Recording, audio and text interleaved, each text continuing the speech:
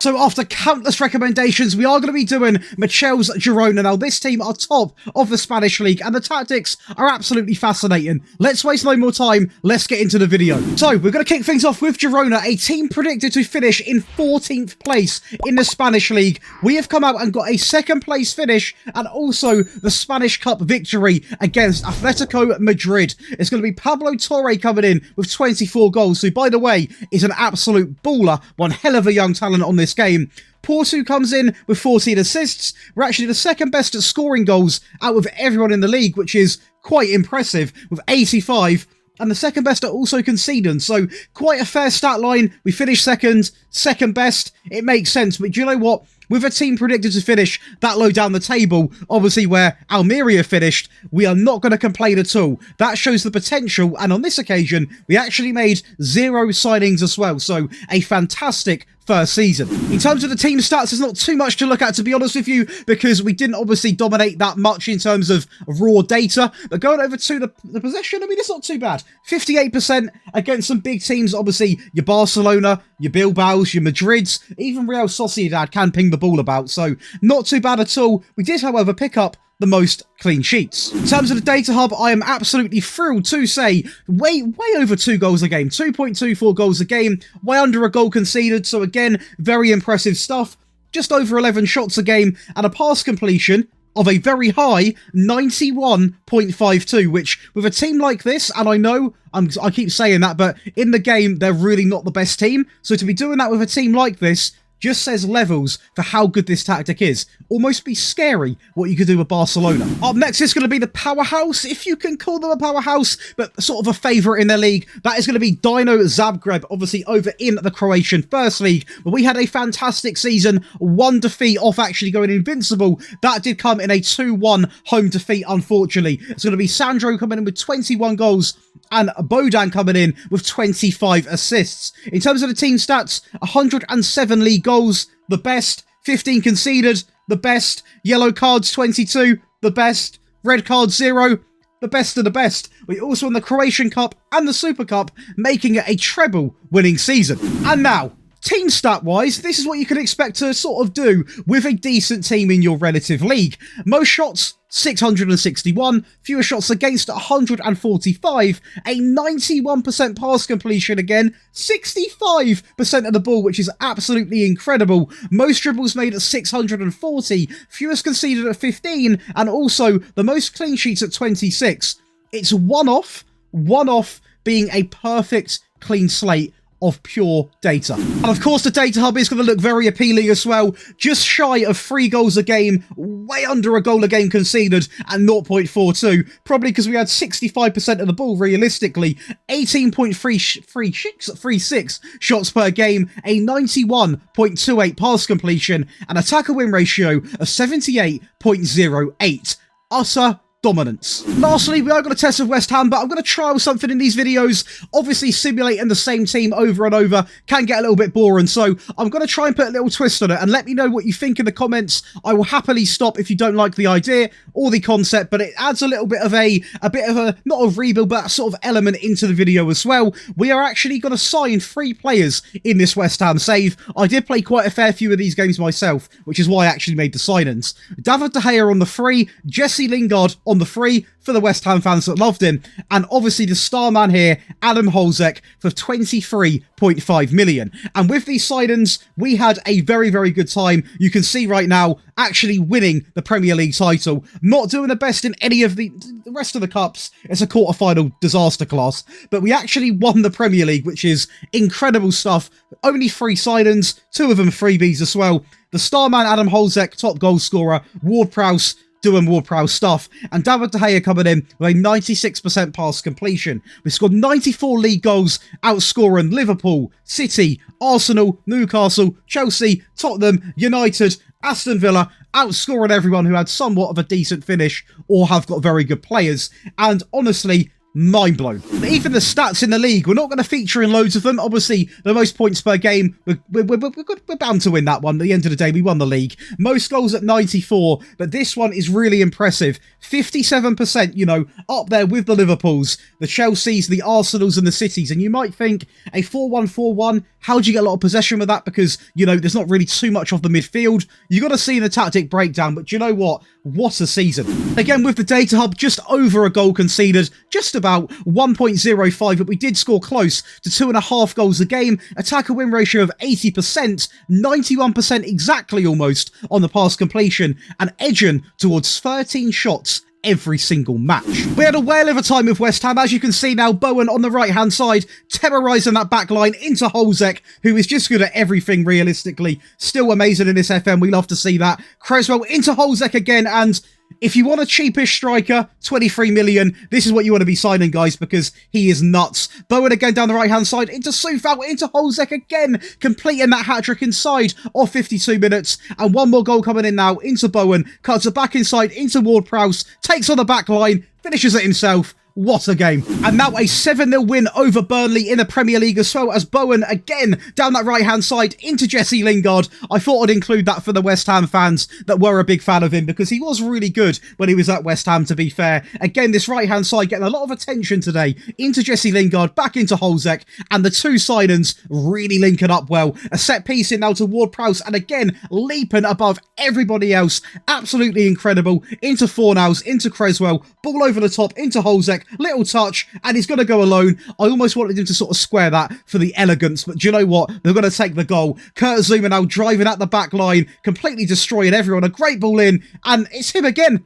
Holzek, Haaland, I can't tell the difference. As another ball does come into Ward-Prowse, and again, it's the same man. Time in, time out. I can't stress enough. You need to get these set pieces downloaded, because we are taken over. And now it's going to be your favourite part of the video. That is going to be the official tactic breakdown, and also the perfect time to leave a like on this video. So definitely be sure to do that, because we've got a whole year worth of content coming your way. And I also want to quickly thank all of the wonderful names coming down the screen. These are going to be new or existing Patreons. We have over 730 of you guys right now, and there are over 8 exclusive perks, including access to all 3 of the tactics today on one simple download. You get early video and early tactical release, you get priority in your tactic and rebuild requests, you get one-on-one tactical help. You also are going to get access to that giveaway, which is the real big one. We give away a lot of stuff, whether that be FM copies, football shirts, loads of stuff. Check it out, the link's going to be on the screen and also in the description, and see what you're missing out on, because it's clearly quite popular. People seem to be loving it at the moment. But let's go ahead and break down this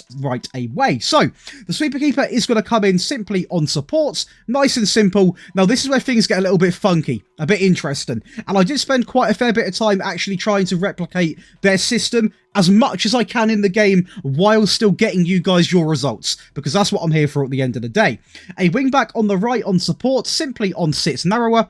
A ball-playing defender on the right on defend, again on dribble more. So essentially, what's going to happen is, on this side, this ball-playing defender might dribble up a little bit more, and the wingback is going to be sitting narrower anyway, so it almost will be going back to a centre-back partnership, despite that ball-playing defender roaming up the field a little bit.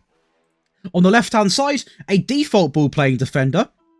And on the left-hand side, an inverted wing-back on supports, simply on the default instructions. And that is going to complete your back 4. Now, the only role that really works for me personally in this system is going to be the halfback simply on defend. Now, the great thing about this is, obviously, he defends naturally a little bit more deeper than the other roles in this position, so it makes perfect sense to have him in here, because we're going to have this player, for example, pushing up. So if the wing-back is obviously occupied on the wing, this halfback is going to cover that area here, and also, obviously, this inverted wing-back is going to actually get further forwards, and he is going to get stuck in. So if he sort of drops to this position here, might even form a partnership of 2 in midfield. So it is genuinely a really good role, this halfback. Now, for some reason, if you can't have a halfback, some players aren't capable of using this role, because you haven't got the players to do it, simply. You could use a DM or an anchor, but in my opinion, if you can, try the halfback, because you won't regret it.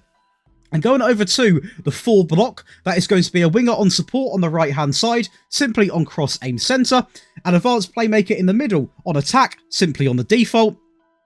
An attacker midfielder on support on get further forwards and roam from position. And on the left-hand side, it's going to be a winger on support, on cross aim centre, and also cut inside with the ball. So essentially, this is designed to get the most out of this target forward. Obviously, they're very close together with this target forward, who is going to be on support, by the way, on tackle harder. He's going to be close enough to obviously knock the ball down to any two of these players, and also the wingers are very influenced to feed that target forward in the box. And as you saw from the highlights, we scored quite a fair few headers. So my personal bit of opinion, my humble opinion, get someone with a little bit of height, because obviously both of Girona's strikers are quite tall. So that is why the system is sort of styled this way. Now, over to the team instructions. This is all going to be based off a balanced custom control possession style. So we don't really see that too often on this channel, that we go in with a balanced mentality. But because that 4 up top with the strikers, technically a 5 up top, is very attacking,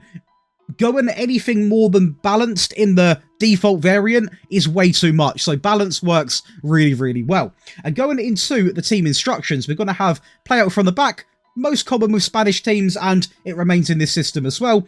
We're going to have shorter with a slightly higher tempo, alongside of be more expressive, and also mixed crosses. Now, I've gone with mixed crosses because you guys might not have a tall striker, and if you simply do plug and play these tactics, I want you to still get results, and still get good results from getting the ball into the box. Now, ideally, hopefully you'll watch this video up to this point, so you've heard me say all about, you know, making sure you've got a tall striker in the box. So in my opinion, I would honestly have floaters, but if you haven't got a tall striker, you can also use mixed. And over to that in transition tab, we are simply going to opt to have counter press distribute to anybody across the back line while taking short goal kicks. Now, little fun fact for you, Girona in real life actually let their centre back take the goal kicks and play it back to the goalkeeper. Unfortunately, you can't do that in this game as the centre back takes the goal kick. I don't think so anyway. If you can, I'm going to look stupid, but I don't think you can, so we've had to change it a little bit. We're going over to that out possession tab. We are going to roll with the high press line of engagement, the higher defensive line,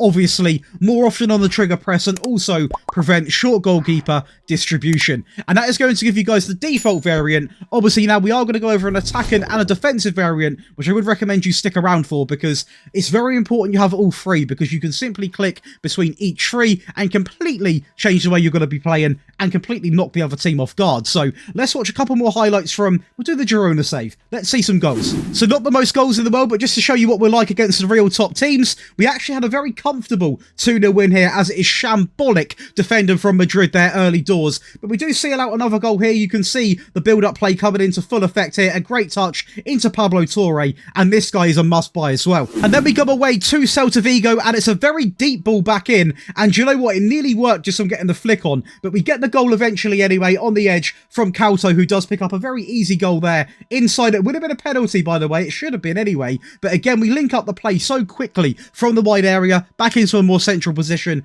and eventually get the shot off. A great set piece there. A bit of luck with the deflection maybe, but still the idea was there. As Porto flicks it on into Martin, he's going to cut it back, I imagine. He is into the main man, Pablo Torre. What a baller. And now that brings us to the attacking variant of this tactic, a tactic to be used where you're in a game. I wouldn't recommend going into a game like this as in right from the start, but definitely switch to it if you do need a goal. Now we are going to kick things off with the back line, and to be honest, the goalkeeper, the wing-back, and I believe, in fact, the entire back line does not make any changes, because all the changes are done up the field. So even the half-back does remain exactly the same. The winger on the right now is going to be on attack, on cross, aim centre, and shoot more often. The advanced playmaker is going to drop back to a supportive role on this side now, because we have gone with a shadow striker on attack on roam from position. So we're just going to have one of them a little bit more deeper, just to pick up the ball from this halfback. And on the left-hand side, we're going to have the winger again on cross, aim centre, cut inside, and shoot more often. So you'll probably notice a few more shoot more oftens in this system, and that is simply because if you are trying to get a goal, there is no harm having shots at the thing which matters, that being the goal. And to finish it off, it is going to be a target forward simply on attack with tackle harder.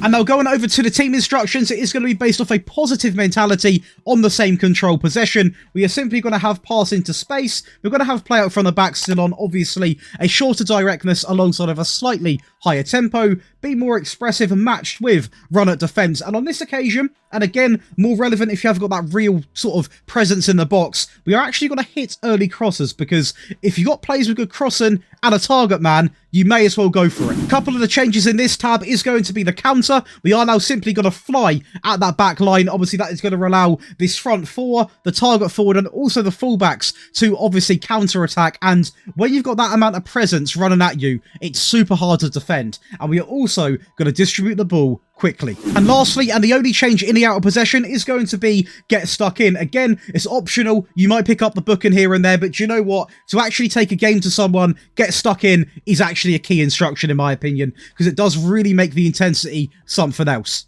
And lastly, of course, this one is to either go into a game with, if you are playing as a real underdog, but to be honest, I would more say this is designed to seal out a game with, because all the testing I done was done with the default variant. I do test these, obviously, in another one where I sort of play 4 or 5 games to see the actual visual effects, and this defends really well. Are you going to score loads? No, you're not going to score loads, but it is a very solid defensive way of playing football. And the simple change is going to be the wingback is now going to be on defend, on sit narrower. The ball-playing defenders remain exactly the same as both variants before.